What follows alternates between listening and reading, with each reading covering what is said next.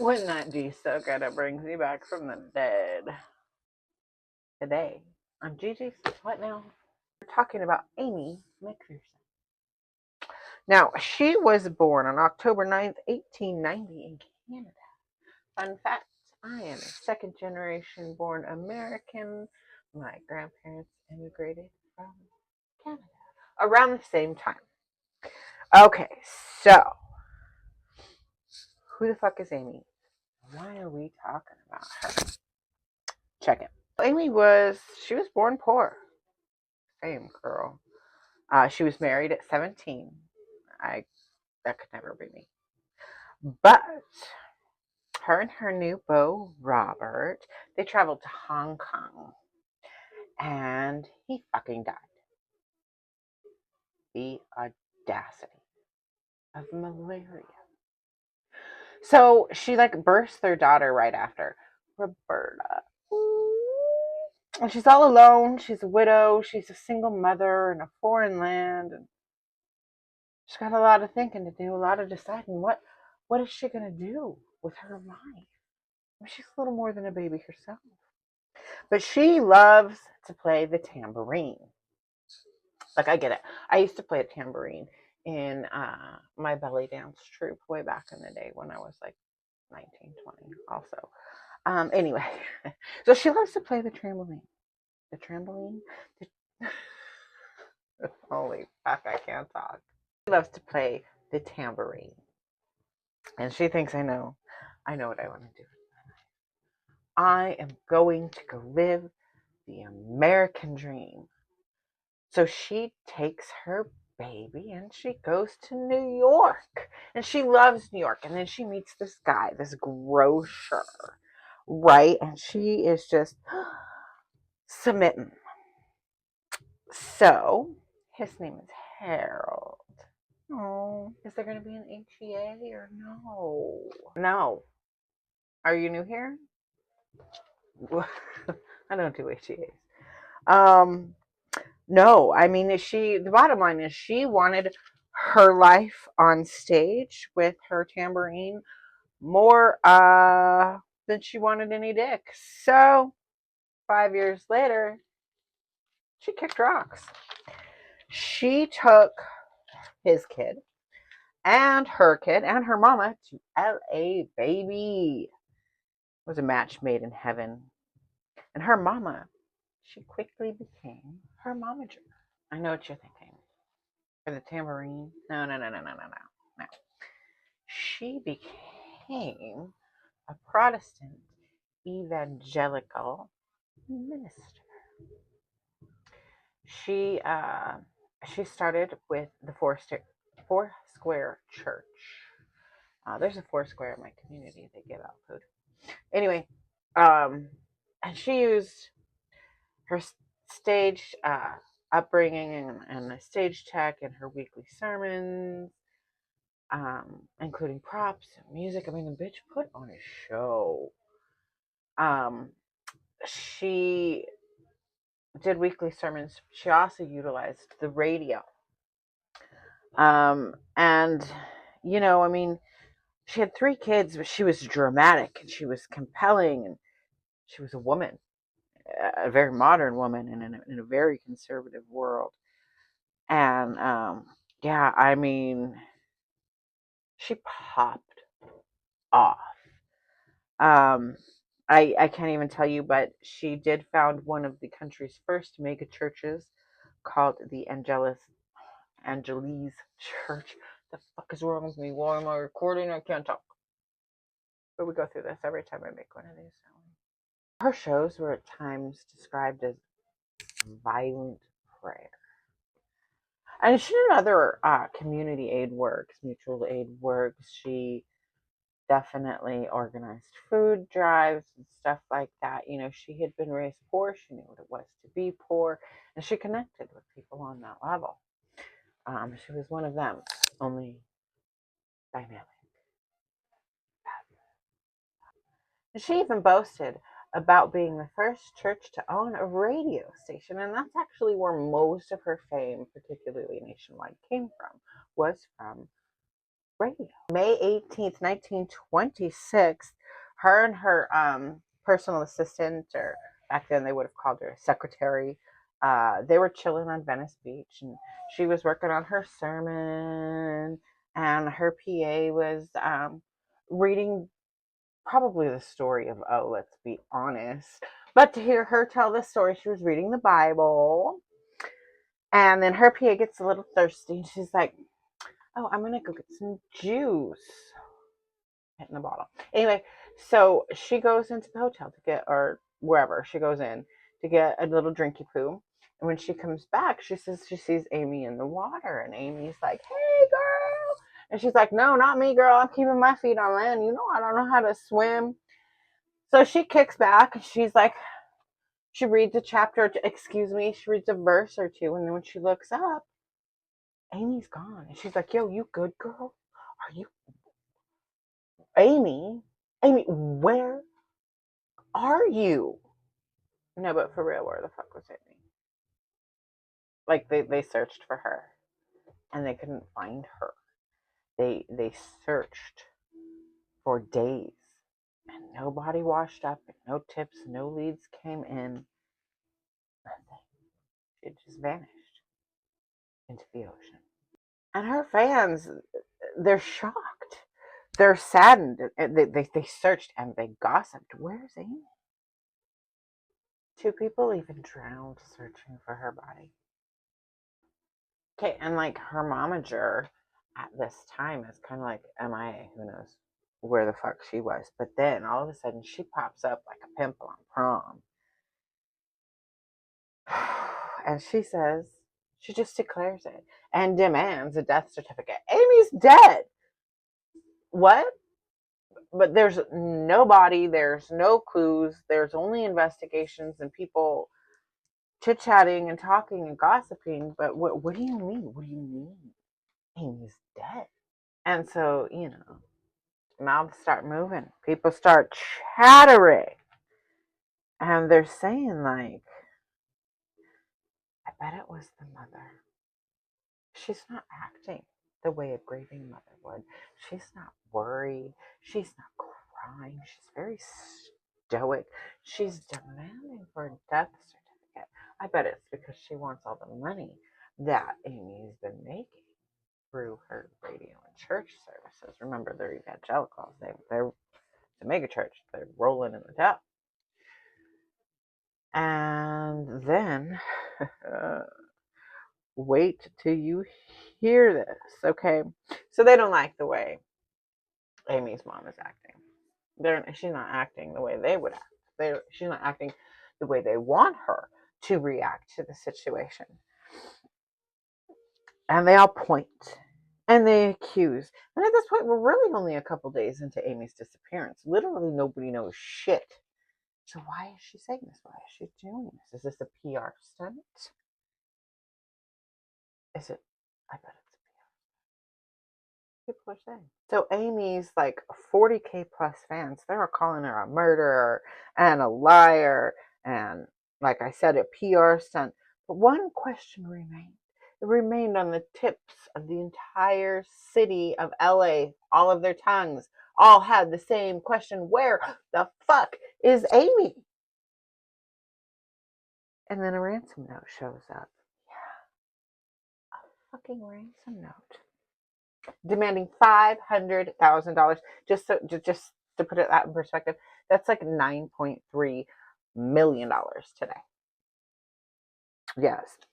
And Momager, Miss Mommy Dearest, what did she do? She ignored it.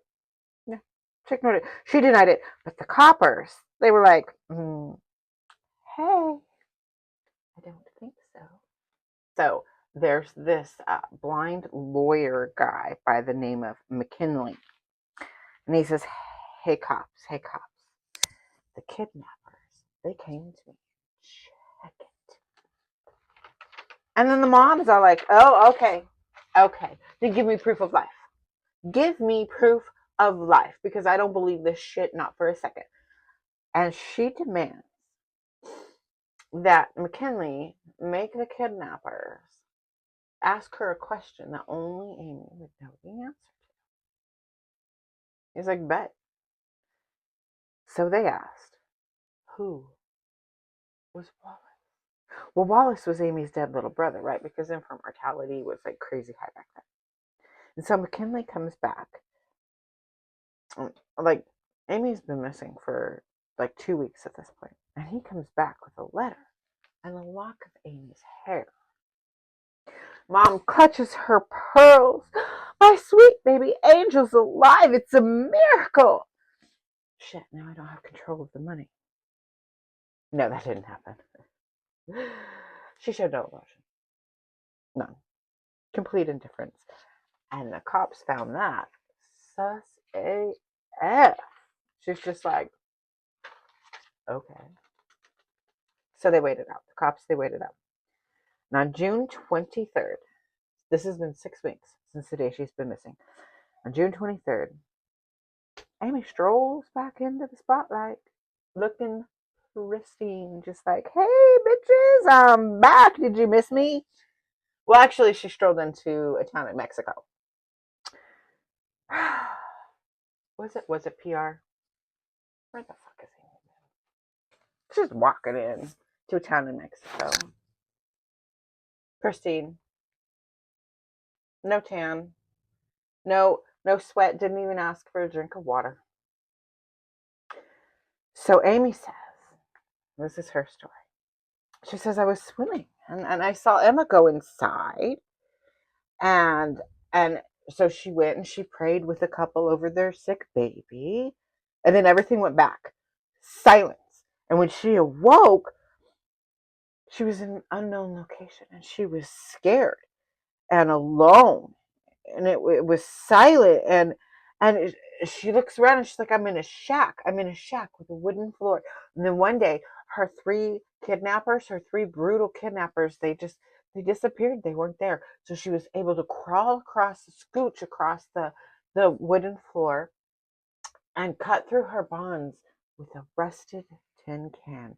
And then she got out and she ran and she ran and she ran. She runs through this Mexican jungle for 11 hours. And she came out clean, unscathed, not a mark on her, not even wanting for so much as a glass of water. She didn't even don the signs of a tan after 11 hours in a Mexican jungle. So her mom comes down to see her, and they whisper some words, whatever. And, the investigators in Mexico, they can't really find any reason to keep her. So she goes back to LA, and she's greeted by no less than 150,000 people upon her return. And it's a fucking party. Rejoice! She's been resurrected or some shit. And she retold of her trials and tribulations over the radio story, and her story from the story that she had told the police in Mexico never changed. Her story never changes. So then this grand jury convenes, right? And she's called as a witness because they want to find the kidnappers. And all of the jurors, the grand jury jurors, they're believers in Aimee, and their faith rests in Aimee. And there's arguments, but none of it just makes any sense. Like, why wasn't she thirsty? And where did her new clothing come from? Like, her shoes weren't even scuffed, and she was wearing stockings that still had the fold from being in the package. What kind of kidnappers were these anyway? And Aimee had one plausible answer after another. They gave me water. And my mama came to get me in Mexico, and she brought me clean clothes and stockings because I'm a lady. I couldn't be seen without my stocking and tattered clothes. But here's the kicker. The shack that had to have been within 11 hours walking or running distance from the town that she went into, it was never found. But there was no shack. There was no shack with a wooden floor. So Aimee says, well, it must have been torn down. The kidnappers must have tore it down to get rid of the evidence. Yeah. And so she goes on about her daily life, preaching the word, while the grand jury, they have words of their own. And they're asking, was there a crime even committed? No. They decided there was no evidence of a crime. So then a second grand jury is called. And this time, Aimee is the defendant. So, okay. We're about to get into the meat of this story. So the same date that Aimee went missing, so did this other random dude. Nobody talked about it, right? Nobody really knew about it. It certainly didn't make national headlines like Aimee did. But he'd gone missing, and his wife, who admittedly they were on the rocks, they weren't doing good, arguing all the time. But she did bother to report to the police, yo, my husband never came home. Well, here's the thing about this guy. He was a church employee. So the ADA, he was convinced that there was an affair at play. I mean, can you say secret vacay? That's what ADA was saying.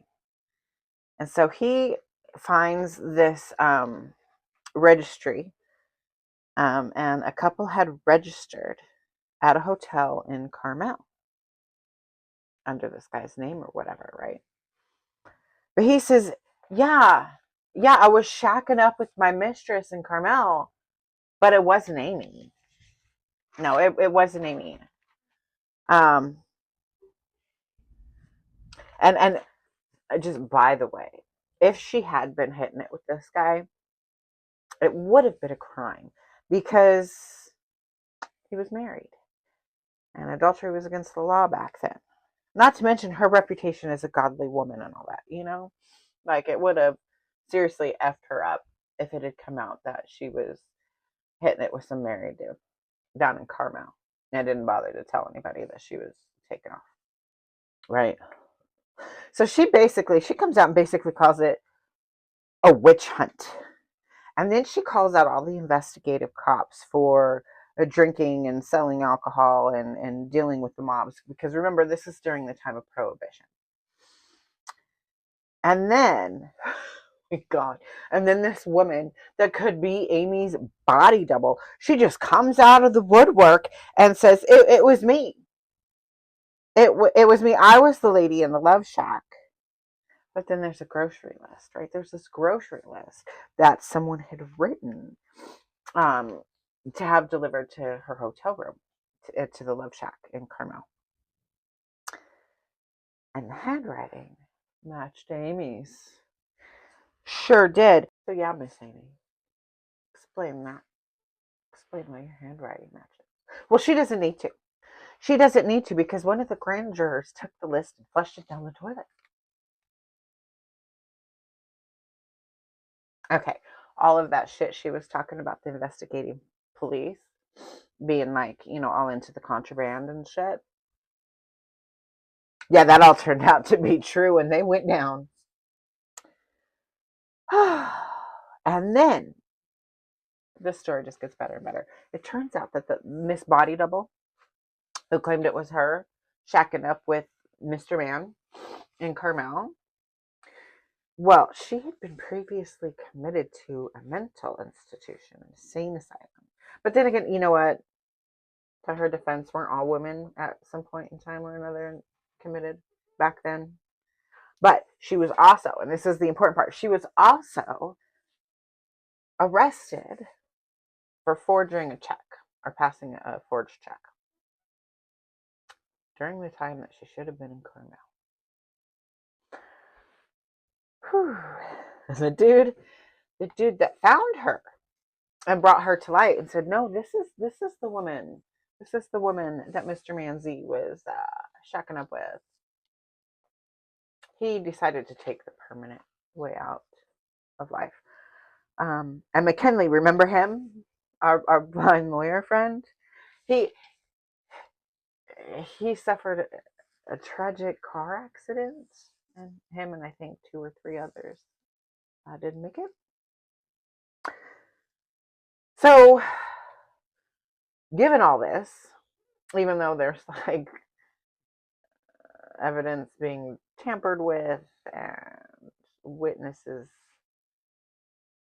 leaving the planet or being discredited, the judge still signs a warrant or warrants for Aimee and her mama under corruption of public morals.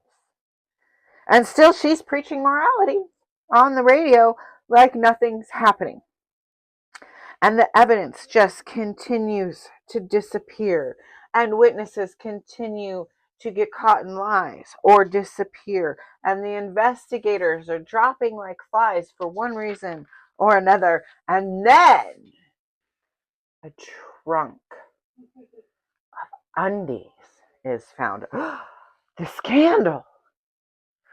Not Aimee owning panties. No, like she seriously got death threats because she had a trunk full of like silk and satin underwear.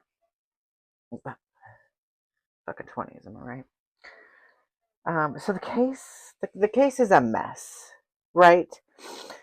And after receiving $50,000, side note, the ADA would later go to jail for fraud on an unrelated case. The ADA, he decided this case is a mess. I have no chance. And he dropped it. You know, considering all the dead people, the lying people, the missing people, the destroyed evidence. The focus on shit that didn't make any, that had no relevance. He dropped it. I'm sure the $50K had nothing to do with it. Smells, doesn't it? So I guess the question really is, it's not where is Aimee. It's what really happened. Did she just try to take off and fake her own death so she didn't have to be Saint Aimee anymore and she could go just shack up with this married guy and then realize, oh, the D ain't that good. I don't think I want to stay, and came home? Or was it a PR stunt that she planned with her mother? Or was she actually kidnapped? It's 100 years later. You decide. But one thing's for certain. It was all man-made. The secrets, the lies, the earthly pleasures. And, she would later marry, not long later, but she would later marry a man 11 years younger than her. That relationship died after about 3 years. So did her relationship with her mother and her mental health. And then she passed away in her 50s after an OD. But the church today, well, it still has over 1 million followers. Thanks for watching. I hope you come back and join me again for another Gigi Says What Now. Or check out my Fantasy Fiction Friday series. I don't know if I'm going to have another chapter up this Friday or not. I do hope to, but my husband is having surgery on Friday, so I don't know if I'm going to be able to get that filmed and edited by then. I will try, though. Remember, you are valid. You are worthy.